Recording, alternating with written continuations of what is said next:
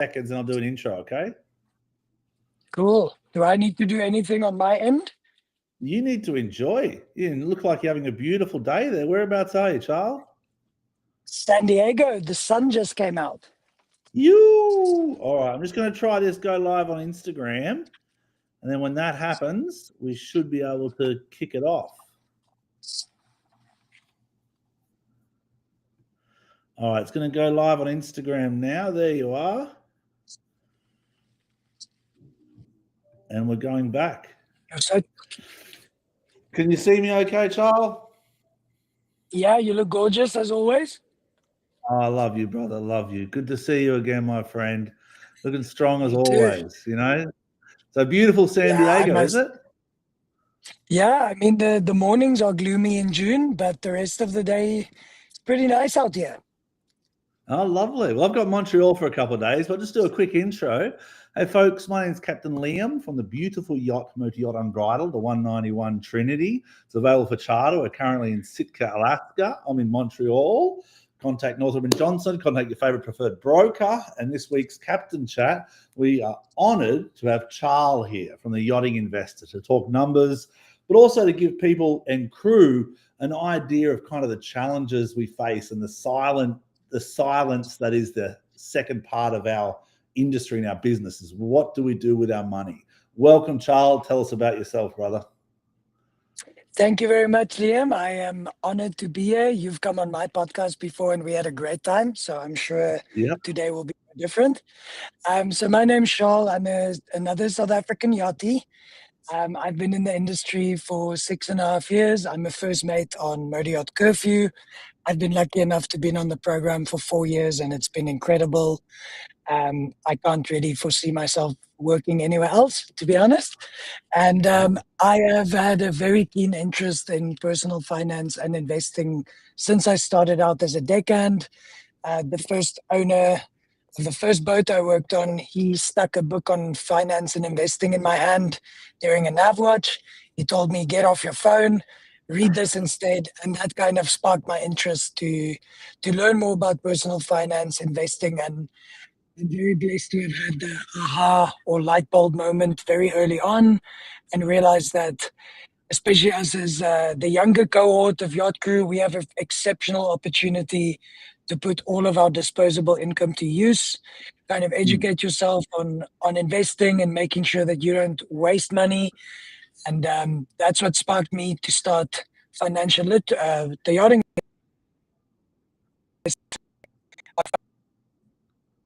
financial literacy to democratize literacy among crew and kind of show them how easy it is to manage money yourself and create a life of abundance for everyone around me.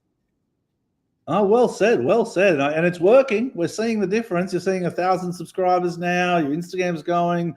I keep reading the book. I've given the book to my son, who's 16 now, and I'm going to pass it over to him. And because it's not really just about yachting. What yachting offers people is this really unique opportunity to earn a good amount of money without expenses. But what's the first question I had here came through Instagram is what's the biggest mistake you see, let's say crew within their first 1 to 3 years? What's the biggest mistake you see yachties who have just joined do? Honestly, I think it's kind of the falling into the lifestyle trap is what I call it. So the keeping up with the Joneses mentality is really intense for yacht crew because we get exposed to high net worth individuals. So you see that the guy that owns the yacht just spent $1 million on a weekend in Saint-Tropez, and then you justify spending $1,000 of your hard-earned salary on something like a Gucci bag. So that's something that happens, you know. Yeah, exactly. So it's pretty heartbreaking to see how many deckhands have Rolexes but don't have a mortgage. So I'm pretty intense about that, and by no means is anything that I preach like trying to starve you from enjoyment. Life is short. Sometimes things can happen, and you want to be able to say, "I've lived a full and thrilling life." But unfortunately, the stats don't lie. Not enough people stack away assets in their youth to take care of them when they're older. So that's the main thing I see, and kind of just people coming into yachting without a Yeah. plan. And if you don't set clear goals or have clear intentions on what you're wanting to achieve, everything becomes just on autopilot. You earn, you spend, you earn, you spend, and no one really takes care of Yeah, your true. future. And I'll be honest with you, and I'll be vulnerable because I've had some great challenges this year and met some really interesting people on this captain's chat and in my personal life. And someone once told me to be vulnerable. And what I'm trying to say here is that for the first 10 years of my yachting, I've done it 25 years now, brother. But for the first 10 years, you're exactly right. I just traveled and I was blessed to work with great crew. We had great times. We went to great areas of the world. And I did eventually get a mortgage in Australia, and then I moved to Dominican Republic. But I look back at that decade, or even that 2 decades now, I'm like, if I just did an extra 10%, if I just took an extra 10% and not spend it, or an extra 20%, I would have been a lot further ahead in my life. But you can't trade behind you. You can only learn. So my advice to people out there in crew is speak to Charl, speak to the Yachting Investor, speak to a lot of other people in this space, because this is not financial advice from me, but there's a lot of tools now that people have access to. So tell us about your book, because that's another one, the kind of ebook that's come out here, the Yachting Investor Guidebook. Yeah, so what I did was I kind of compiled everything that I've learned and on my personal journey I've experienced. And big disclaimer, nothing I do is financial advice either. Educational and informative. I don't have your money, so for that reason I need to tread on the side of caution here. But what I'm really passionate about is showing yacht crew that you don't necessarily need a financial advisor to take control of your finances. You can do all of it yourself. So me creating this ebook or digital asset is kind of giving you the to self, because it's very little time to figure out the nuances. Drop down every rabbit hole like I do in finance. I just happen to be interested in the topic. So what I did was I compiled something that I call the Yachtie Financial Playbook. It's totally free for all yacht crew. Like I said, I aim to democratize financial literacy. And what this entails is what I call my 7 SOPs. So we all work on boats. We have certain standard operating procedures on board, and we need to make sure that we follow certain procedures to do our job safely. So same thing with our finances. The 7 SOPs entail setting clear goals, eliminating bad debt, taking advantage of tax-free savings accounts, having an emergency fund, and then step number 5 is where it all gets really exciting, and that's where we move into the hyper accumulation phase. So that means us as yacht crew have extraordinary disposable income because we don't have normal living expenses. A lot of nationalities like us as South Africans are lucky enough to be exempt from tax in most cases. So you sit with a large heap of dollars ready to be activated. And what I call the hyperaccumulation phase is making sure that excess capital gets deployed into different assets that can start growing. Because the superpower we have is not necessarily those free dollars, but it's time. Time in investing is our greatest asset. It is the multiplier that creates compound interest. And compound interest, like Einstein said, is the 8th wonder of the world. So bravo, Charl. I really hammer down on that. Sorry to interrupt you here, mate, but that is beautiful words. That is words of wisdom. The 8th wonder of the world. It's very insightful. Time is on that side. I'm glad you resonate with that. And that was my aha moment, is when I started playing with a compound interest calculator. If you put in all your variables, like your initial deposit and then monthly contributions and interest rate, that's just something. But once you start changing the years, which is your exponential part of the equation, you start seeing what compound interest does over time. Understood. And but all these tools, I'm very, they're accessible. Very passionate. I mean, sure, you've talked about South Africans, but all these tools you're mentioning, they're available to all different yacht crew throughout the world, correct? In different countries, or do you kind of trend to more offshore accounts? Where do you see the trends going? Not that it's financial advice. So yes, thank you for that. So what I've done with the playbook is it links to a bunch of newsletter articles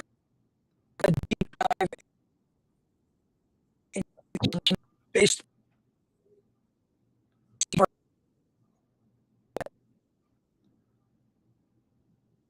probably in residence brokerage accounts, which is not available to people from the third world like us. So we have certain limitations when it comes to who we can invest with. So what I'm trying to do is over time, as the yachting investor grows, as my knowledge grows, and as I find more partners to team up with it, is to give people as many options as possible so you can choose which product and which investment fund works the best for you. There's no one size fits all. My situation as an unmarried 29-year-old without children is very different than you that is married, has a mortgage, has children to take care of. So I don't really provide blanket recommendations, but what I do is partner each person with a specific financial service provider that I think might be a good fit. And from then on, the ball's in your court. At the end of the day, it's your money. I can only recommend and tell stories about what's worked to take accountability and take charge of it. And since I launched the Yachting Investor, I've been really blown away by how many people are willing to take that first leap. The coaching calls I've been doing has been incredibly eye-opening because people come to me really vulnerable. Each one is a very different scenario. And then I forge a relationship with this person to kind of build their way, see how many of the 7 SOPs have already been completed. And then at the end of the day, say, there you go. The hard work is done. Now you just got to be patient, and you got to persevere, especially during times of turmoil. That is really important. Yeah, that's good advice. And honestly, the reason I resonate with you, Charl, is because your advice is so real. And that's what I find that a lot of people in that space of investing, they kind of stick to their one thing. Okay, it's Bitcoin or cryptos or different spaces, but you're kind of like, look, here's tools that are available for you, but make sure you use them. But the one tool that sticks out for me the most above compounding interest is the patience, because that's the thing that I've kind of learned over my years is for the first kind of decade of my time in yachting, I'd buy a house or apartment, fix it up, sell it, but I'd lose the time, I'd lose the growth that would come over a 10 or 15 year period, and the value in the asset. So over my years now, I'm like, all right, I buy something, I really want to hold on to it for like a minimum of 10 years now and go through the highs and lows,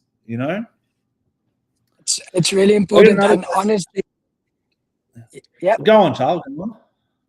So one thing I wanted to add there, the patience, that is especially a big issue in our generation, millennials, Gen X, Gen Z, whatever that we get called these days, because of the universal trend of instant gratification, right? Yeah. People want immediate results. Some of the people that could climb on the coaching call say, okay, give me the next hot stock to buy so that I can double my money. I'm like, mate, I don't have a crystal ball. That's not what I'm trying to achieve here. You need to be able to be patient and to not seek instant gratification and just let it do its thing. Stop stressing. Yeah, true. But there's also the other aspect too with the financial advice in terms of what you want to do to succeed. Like some people want just a block of land and build a house. Like we had a beautiful first officer on board that would not go out. He would simply work hard, months, days, years, and he'd save his money. And then over the time I was working with him 2 years and 5 years on the boat, he built a house and he furnished his house. He bought the land, built the house. And I was so proud to see him go through that journey. And then he's on another journey now, but it was like, that's a success story. So I see all these 100%. Success stories in yachting, but it's only like 10 or 20%, I want to say, of yachties that really listen and put that into play. Most times you're right. We fall into the trap. We work hard, we play hard. We go out, we have a good time, we spend some money, we, whatever we do on our weekends and all that. So I think it's pertinent advice. How can people get a hold of you, Charl? So if you go on my Instagram at the Yachting Investor or website www.theyachtinginvestor.com, there is a pleth letter which is 100% free. I've built tons of tools like the financial playbook and budgeting calculator that you just plug in your own data into Excel, totally free. I've built little PDFs that send people to podcasts, etc. So that's the best way to reach me. And on there, I've recently launched a coaching aspect, which is my first attempt in the Yachting Investor at monetization, because everything up to this point has been completely free to all crew. And at the end of the day, time is money. It is nice to be recognized if you think that you can add value to people. And it works on a very interesting model, which I've never heard of before, but I'm using it. And it's called a pay what you feel model. So it's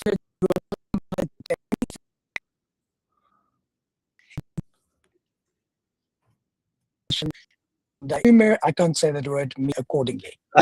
So that's a big word for an Afrikaans boy. I'm still stuck in the one you said about, what was it, destigmatize financial language? What was that word? Democratize financial literacy. Yeah, exactly. All right.